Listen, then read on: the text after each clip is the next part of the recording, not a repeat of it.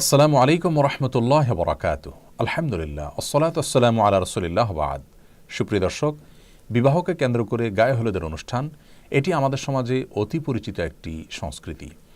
একজন মুসলিমের বিবাহে গায়ে হলুদ নামের কোনো অনুষ্ঠানের অনুষঙ্গ থাকা উচিত নাকি ইসলামের দৃষ্টিকোণ থেকে এটি নাজায়েজ, সে বিষয়টি আজ আমরা ব্যাখ্যা করার চেষ্টা করব ইনশাআল্লাহ বিইذনিল্লাহ। বরকনের গায়ে বিবাহের সময় কেন হলুদ মাখা হয়, এই গায়ে হলুদ অনুষ্ঠানের গোড়ার ইতিহাসই বা কী, সে বিষয়টি আমরা জানার চেষ্টা করেছি। যেটুকু জানতে পেরেছি তা হলো, কলকাতার দৈনিক আনন্দবাজার 16 জানুয়ারি 2019 বিষয়ে একটি প্রতিবেদন প্রকাশ করেছে, যার শিরোনাম হলো বিয়ের রীতিতে গায়ে হলুদের চল কেন এলো জানেন।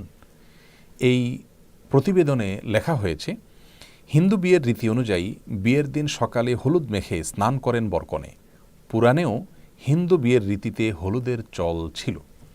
এই প্রতিবেদনে আরও লেখা হয়েছে, পুরাণ ও শাস্ত্রবিদ পূর্বা সেনগুপ্তা তিনি বলেছেন, এটা বৈদিক আচরণ নয়, বেশ কিছু উপকারী দিকের কথা ভেবেই হলুদকে প্রাচীনকাল থেকেই বিবাহের অন্যতম উপকরণ হিসাবে মেনে চলেছি আমরা।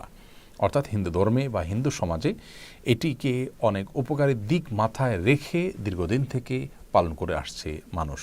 এ বিষয়ে বাংলাপিডিয়া বলছে, বৈদিক যুগ থেকে ভারতীয় হিন্দু সমাজে গাত্রহরিদ্রা বা অধিবাস বিয়ের অনুষ্ঠানে অবশ্য পালনীয় শাস্ত্রাচার ও লোকাচার হিসাবে পালিত হয়ে এসেছে।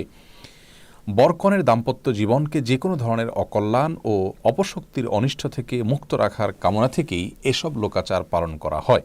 এটি মূলত একটি মাঙ্গলিক অনুষ্ঠান। প্রিয় দর্শক, বিয়ের সময় গায়ে হলুদ বিষয়ে এ দুটি সূত্র থেকে যে তথ্য আমরা পেয়েছি সেটি একেবারেই পরিষ্কার, আর তা হলো যে এটি মূলত হিন্দুদের একটি সংস্কৃতি যা তাদের থেকে চলে এসেছে এবং এর পেছনে একটি বিশ্বাসগত দিক রয়েছে।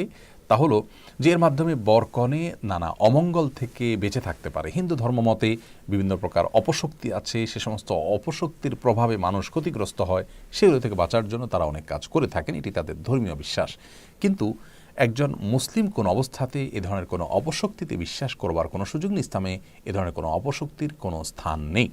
সকল কল্যাণ অকল্যাণের একমাত্র মালিক আল্লাহ রাব্বুল আলামিন।